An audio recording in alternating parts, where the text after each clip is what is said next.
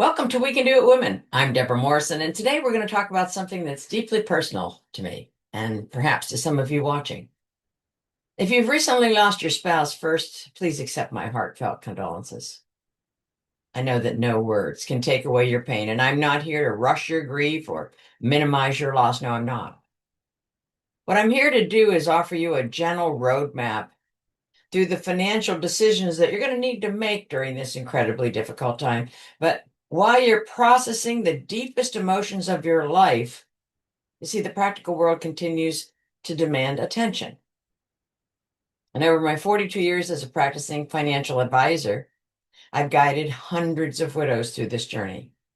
I've seen the mistakes that can cost you dearly, and I've seen the strategies that can protect and empower widows. Yes, I have seen both sides of that fence. So today, I want to share this knowledge with compassion, understanding that each of your situations is unique.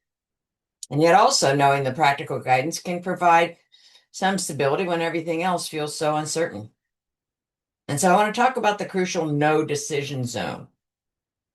The first thing I want you to know is you don't have to make major financial decisions right now. No, you do not. I know a lot of commission salespeople want to have you do that. Do not. In fact, I strongly recommend what I call the 6-month no decision zone. Yeah, a period of at least 6 months where you avoid making any major financial moves. Here's what you shouldn't do. Should not do in the first 6 months. Buy an annuity or life insurance product. No, you should not. Make any major investment changes. Sell or buy real estate. Make large charitable contributions. Liquidate retirement accounts. Re-register a retirement account or a bank account or a credit card. No, you should not. Why? Well, grief impacts our brain's ability to process complex information. It's not a character flaw, it's biology. Our minds are focused on survival and processing this magnificent loss. It's not optimal for financial decision making, but there are things you need to do immediately, and let me walk you through a few of them. In week 1 to 2, you want to make some immediate notifications. You'll contact Social Security to report your partner's death.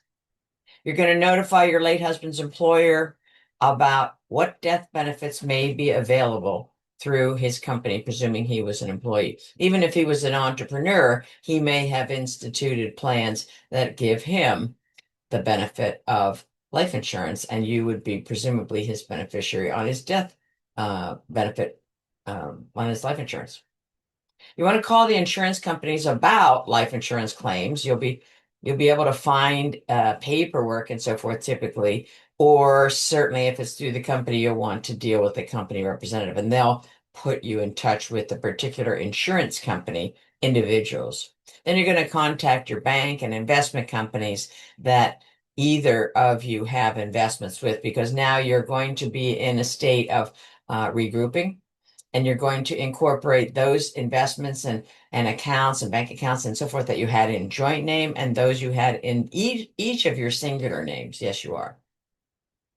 So month 1, you're going to organize and gather this information. I suggest typically ordering 10 to 12 certified death certificates, unless you really only had 1 or 2 accounts in your husband's name. You're going to locate important documents. And don't worry, if you don't have enough, you can go back to the funeral home and get more. And here's the deal. Some of the companies to which you will be reporting his death won't require a raised seal death certificate. They can accept a copy because they cost something like $10 a piece or something, right? So I would just say, maybe even back it off, 6 to 8, and then determine which one of the companies need a raised seal death certificate. And you're going to look at any important documents, the will, his will, if he had written it out, the insurance policies, as I said, and various investment account statements. And at this point, you're going to meet with an estate attorney if there isn't one already on the scene. Like if, in fact, the will was drawn by an estate attorney, then you'll notify that estate attorney. They'll say, yes, indeed, I wrote this last will, dated so-and-so, and here's a copy of it. And then you're going to start to write down your spending plan, right? Some people call it a budget. It's basically an accounting for what immediate expenses are pending and what you might be expecting. I'm not saying write the check yet. I'm simply saying let's gather the information. And months 2 through 6 are continuing to gather the information because remind ourselves we are grieving in the middle of this. We are emoting, we are crying, we are bawling, we are maybe punching pillows. We're doing whatever we are led to do to release this huge pent up volcano, right? And I invite you to do that instead of trying to tamp it down. That doesn't do anything but cause it to be explosive in even a more cataclysmic way later. So let's just feel as we feel, emote as we feel that, and get on with allowing that to pass through our bodies and out of our bodies. Yeah. So again, as we're gathering our information, you're going to work with any professionals that you may have already worked with. Hopefully a fiduciary planner, a broker, an insurance agent, your accountant, your attorney. And you're going to get a full financial picture from one or more of these individuals. And I'm saying you may meet with them, you may call them. And I wrote a book, My Husband Died, Now What? A Widow's Guide to Grief Recovery. And there's some specific instructions in here, specific line by line, who to call and what to do on those calls. And you're going to end up learning all about your benefit options. You're not going to claim them yet. No, no, no, no. Because some of those claims are irrevocable and we don't want to get ourselves into a soup that may not be applicable and optimal in a couple months. And then in months 2 through 6, we're going to continue to take the time to process and heal. Now, I want to caution you, any financial person, an agent, a broker, an insurance agent, a CFP, anyone who pressures you to make an immediate decision is not acting in your best interest. It's acting in their best interest because they have a commission to earn if they can browbeat you into purchasing whatever. And generally, it's life insurance and annuities because they pay the highest commission. I'm just telling you the truth. And so we want to avoid predatory financial advisors. And it breaks my heart to say this, but some people see widows as easy targets. And I need to warn you about those tactics they use so that you can protect yourself. And if you're listening on behalf perhaps of your mom or an aunt or someone that you love that has been widowed, then you may be their liaison, if you will, in relaying this information to them as cautionary. The urgency tactic that a lot of brokers and insurance agents use is you need to move this money immediately. This offer expires soon. Legitimate financial planning, believe me, is never urgent. No, it's not. Or the sympathy sale. They'll use your husband's death to create emotional urgency. He would have wanted you to be safe, Betty, while pushing a very, very expensive fixed annuity, which is not going to keep pace with inflation. And I'm telling you, they got this down, those salespeople. There's a lot of commission in those sales. And literally, I've been told by a number of widows all these lines. And this man said to this woman, he leaned in and he put his hand on her arm and so forth, and he says, "You wouldn't want to take any risk with this money, would you?" And of course, she's bawling her eyes out. No, no, no. And so he signs her up for something that's fixed, and it just hooks her into a surrender penalty for 10 plus years, her own money. He walks off with a huge commission. The complexity confusion kind of verbiage, vernacular, they'll overwhelm you with jargon and complicated products and then position themselves as your savior. Or maybe a free lunch seminar. Expensive meals come with expensive sales pitches for high commission products. You know, you get some of those posters or postcards, excuse me, in the mail for like a very highly rated steakhouse. Trust me, just go and buy your own steak on a Tuesday night because they will pressure the heck out of you And this is not a time for you to feel pressure. No, it's not. And this is I just need to share this example. A client was referred to me after her husband had died, and she had been visited by the salesperson that sold her husband the insurance. And then her friend, she got roped into this huge annuity product. And then her friend said, "Oh my gosh, you got to talk with Deborah Morrison." And it was about 6 months later. And sure enough, she was hoodwinked. She was sold an unsuitable product. She told the broker and the agent, excuse me, she told him that she needed a new car. She needed to put a retaining wall in the back, and she had a few expenses, $80,000, $90,000 she needed. And the death benefit was like $435,000. And this agent tucked her into moving $500,000 from her husband's 401(k) into a variable annuity, which is like nuts because an annuity has an umbrella over it already. Like there's no tax on an annuity. But if she's taking money out of her 401(k), there's no, there's no tax on that either. So it's like it's just nonsensical. It's unsuitable. And there was a huge 10% commission to him, and it locked her up for 10 years in a surrender penalty. Cost her $50,000 in unnecessary fees. Locked her up when she needed the flexibility.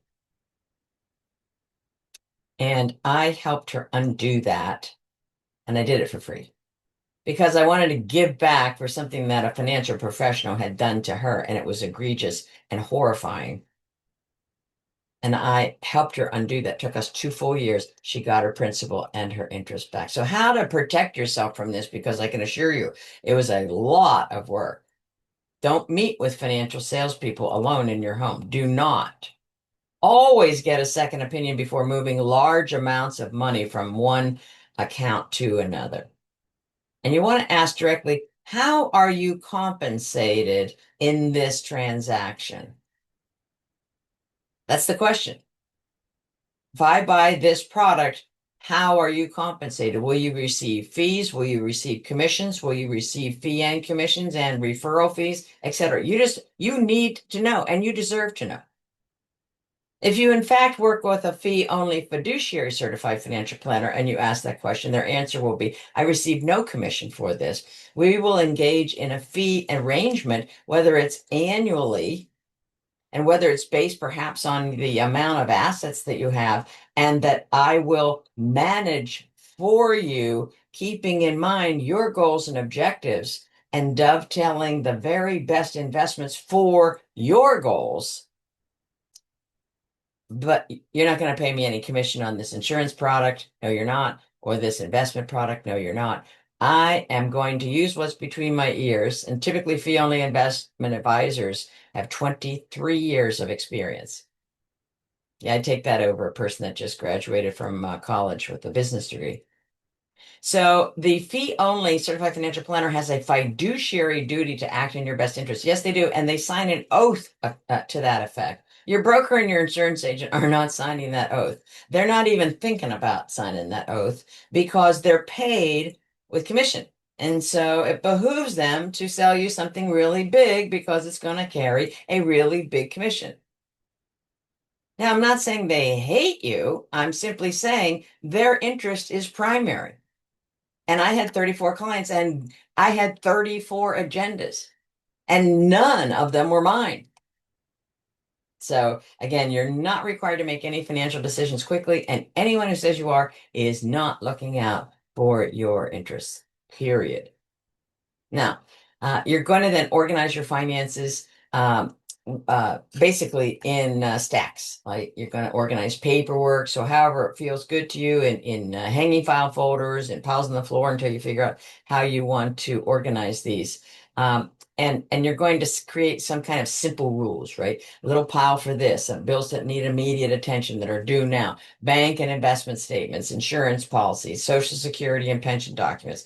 Don't worry about understanding all of it. Just kind of put like and like, almost like that game of concentration 100 years ago, right? They're just going to sort them out. And then you're going to handle immediate bills. Okay, so I said don't make any big financial decisions, but the electric bill and so forth. Okay, fine. But I can tell you, you do not need to do that because you simply call the electric company and say, listen, I'm grieving, I lost my husband, and I am going to figure this out. So just note in the file, I've called you, we're going to handle this. And I always like to have automatic payments set up for my bills, that kind of recurring bill, because anything can happen. I can forget, right? And so for the future, for example, you would have your bill paid automatically, like from your checking account and so forth, which helps alleviate stress around that. Who needs that? And you might ask some friends or family to help you to set this up, right? It's a form on the internet and you fill it out either digitally or by hand. And then you're going to focus only on the essential expenses in terms of that which gets paid right now, housing, utilities, groceries, and medications, that kind of thing. Then you're going to locate all the important documents in terms of like the estate, your husband's will, the life insurance policies, retirement account beneficiary forms, very important. Social security cards, birth certificates, death certificates, marriage certificate. These are going to be helpful when you visit the Social Security office. And you're going to create this support team, right? Now, hopefully these people are already at your beck and call. They've been notified about the death. Maybe they were friends with your husband as well, and you're on their radar right now. So your state attorney, your CPA, or your tax preparer, your fee-only fiduciary planner, maybe a trusted family member or friend who can attend meetings with you. That would be very helpful because you just don't have to do this alone. No, you do not, and you ought not to. There's no shame for asking for help with paperwork, phone calls, or attending meetings, because your mind just goes into this blender kind of a state, and sometimes you're clear thinking, and sometimes you're not, and I'm going to remove that word from my language. It's a state I want you to absolve yourself of judgment. There's no judgment here, none. So you're going to get various stages of understanding of all of your benefits, right? Because you might have several different sources of potential income. Maybe some of them aren't turned on yet. And if you feel the need to turn them on, you will do so. And your planner is going to help you dovetail these with the particular timelines that you may need some supplemental income. Okay. Now you might be eligible for up to 100% of your late husband's Social Security benefit. Yeah. Um, and yet you want to be mindful of timing when you claim that benefit. And I don't want you to claim that benefit without the advice of a financial fiduciary financial planner, because there are so many ways that you can, choices that you have, which benefit to take and when to take it. That, like, if you claim too early, it could cost you thousands and thousands of dollars. You might only have one benefit if you never worked outside the home, and that's your late husband. But if you worked outside the home, you'll have your own benefit. So you'll have either his death benefit or his survivor benefit and or your own work benefit. And there's a lot of complex rules regarding how these things work, and probabilities of, okay, here's the probability that you're going to actually glean the most money from the confluence of your Social Security filing choices. Now we're going to look at all the life insurance, the employer provided group insurance, the individual policies that your husband might have purchased on his own, possible accidental death benefits. If in fact your husband's death was due to an accident, they're often, you'll see that as a rider on the policy itself, or sometimes in a group insurance situation, they just sell accidental death policies. So if a person dies of a heart attack, you're not going to get any benefit. It's an accidental, a car accident while falling, whatever.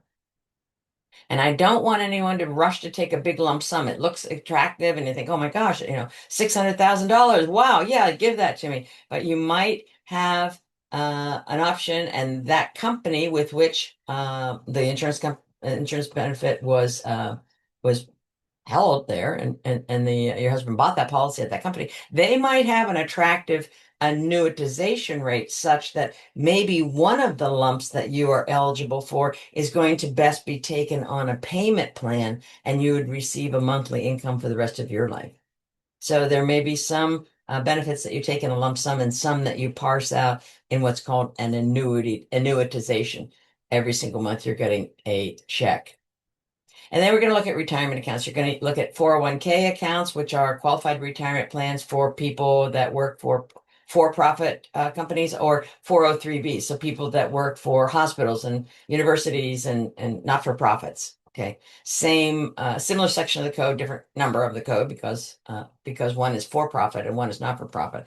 But it's basically, typically your late husband, your participant, is going to put in pre-tax money into these. Although there are so many flavors now, you could have some of that benefit sitting in pre-tax, which it would be completely taxable now as you take it out. Or you could have an account. He could have started an account where he contributed some of that total contribution into a Roth portion, into an after-tax, right? And then if you take it out now, you wouldn't be taxed. And so, of course, when you start to withdraw the money, that's when you're really wanting to start to use you're not going to do this yourself. You're going to trust your financial advisor, but you're going to be starting to use your calculator to find out how expensive are these dollars if I withdraw them to redo the bathroom versus how expensive are these dollars if I pull them out of this particular account. You see, there's always more than meets the eye. That's what I don't want anybody diving into a quick decision just to kind of say, okay, that's done. Some of those decisions are irrevocable, so let's take our time. There may be IRAs that your husband had in his name that you might inherit, called an inherited IRA. Again, do not jump the gun on this. It may or may not behoove you to re-register that in your own name, okay, versus having it read John, husband, Sarah, inherited beneficiary.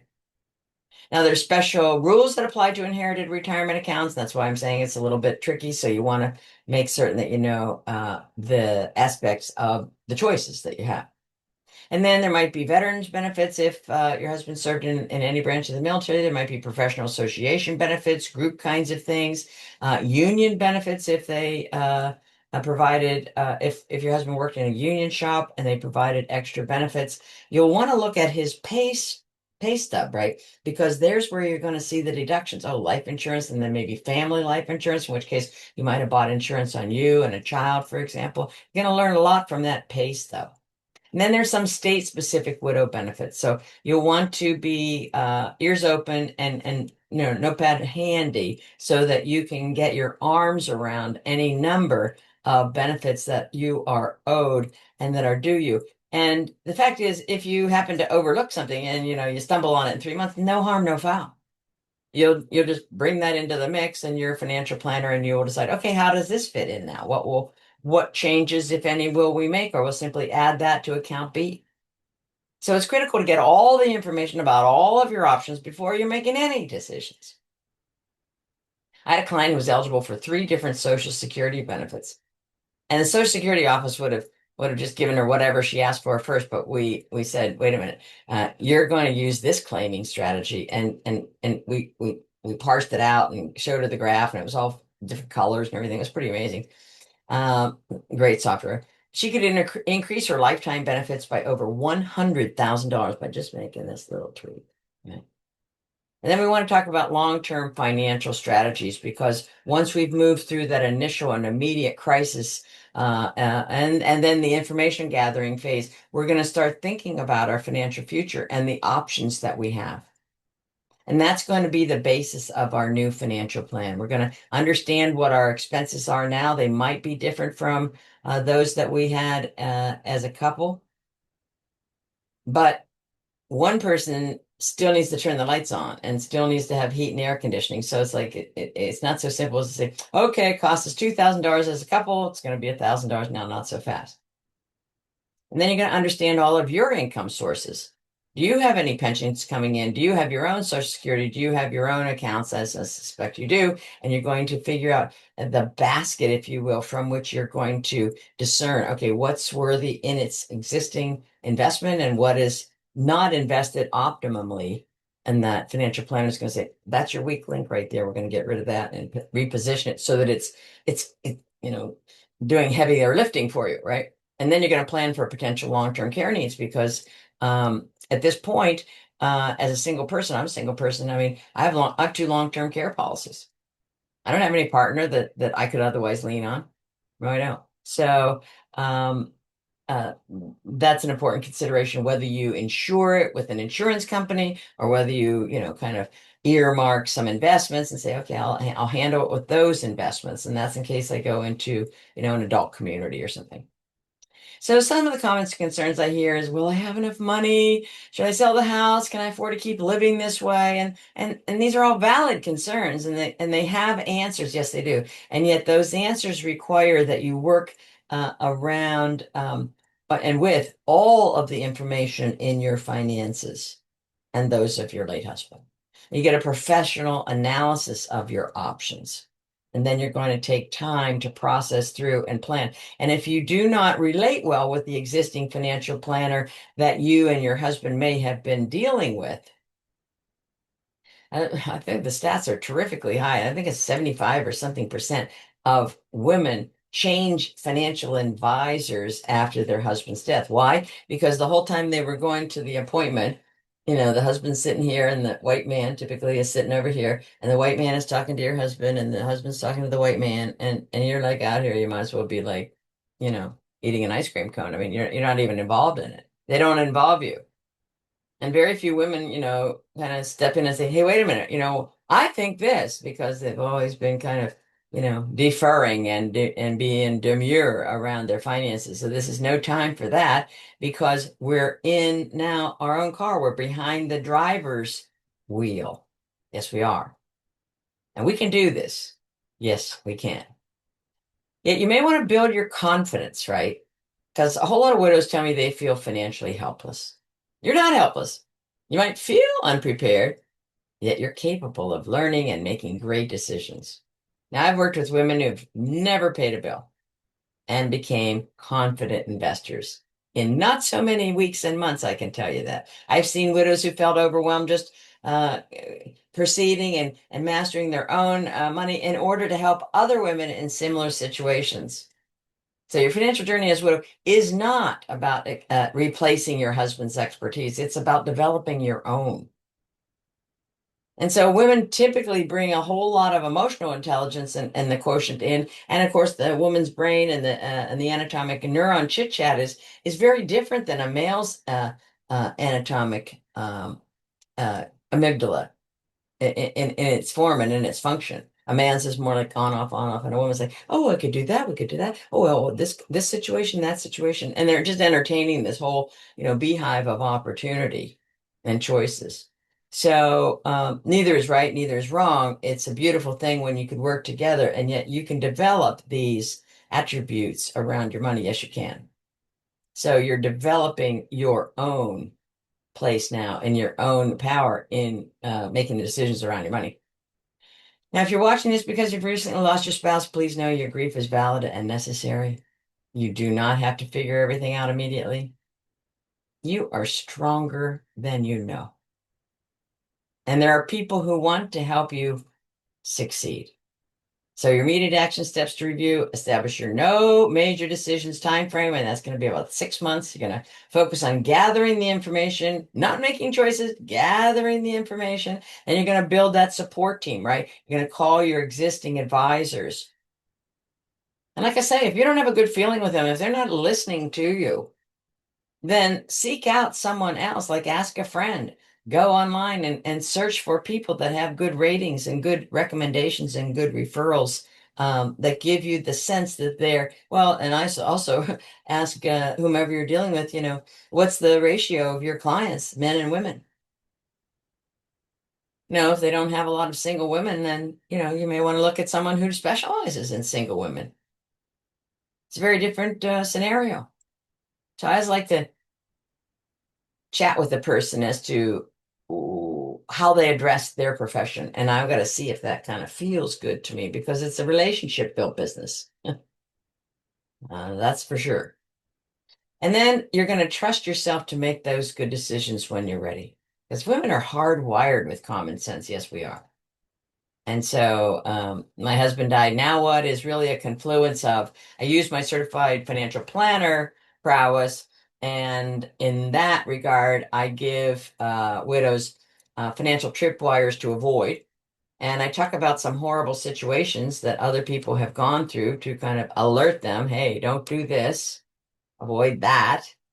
And then the other half is actual grief tips and tools and strategies to move through grief more of, I should say effectively, often, more swiftly, and with healing in mind. Okay, so we're in a process in this whole phase of grieving in forgiving ourselves and forgiving our beloved. And then depending on the circumstances of death, forgiving a whole bevy of people. Because the forgiveness is for us. It's not for anyone else. It's for us. So there's an association called NAPFA, NAPFA, National Association of Personal Financial Advisors, NAPFA.org, NAPFA.org, O-R-G, and you can look and see fee-only planners around the United States. Now, I don't really want anybody to, get all balled up that, oh my gosh, I don't have a fee-only planner within 4.5, minutes of my house. Get over yourself. I mean, most of life is done remotely now. And who knows if you're going to still live in this same neighborhood if you're widowed. You may move to a different neighborhood. And so having a financial planner with whom you can talk and relate is so much more important than having one that's, 0.2 miles down the road. There's a company and an organization called Soaring Spirits International, and they offer grief support for widows all over the world, widows and widowers. So you're not just surviving your husband's death, you're beginning a new chapter of your life. And that chapter can include financial security, independence, even prosperity. So you have permission to grieve and to thrive. Grieve and thrive. I know sometimes people don't think that they belong in the same sentence, and they do. You have permission to take your time and to take the control. Even if you had not had even semblances of control with your late husband. Now, here's the permission slip. Take your time and take control. Baby step after baby step after baby step. So I always get a win for a new client, and particularly a widowed client. Let's get a win, something that's going right, or we make something go right. And then we look back on that and say, okay, something's going right. And we're going to build on that. And that gives us more confidence. And I say with confidence, we can do almost anything. Absent confidence, not so much. So next week, I'm going to be back with investment strategies. But I want you to know that this topic, supporting widows, is close to my heart. Yes, it is.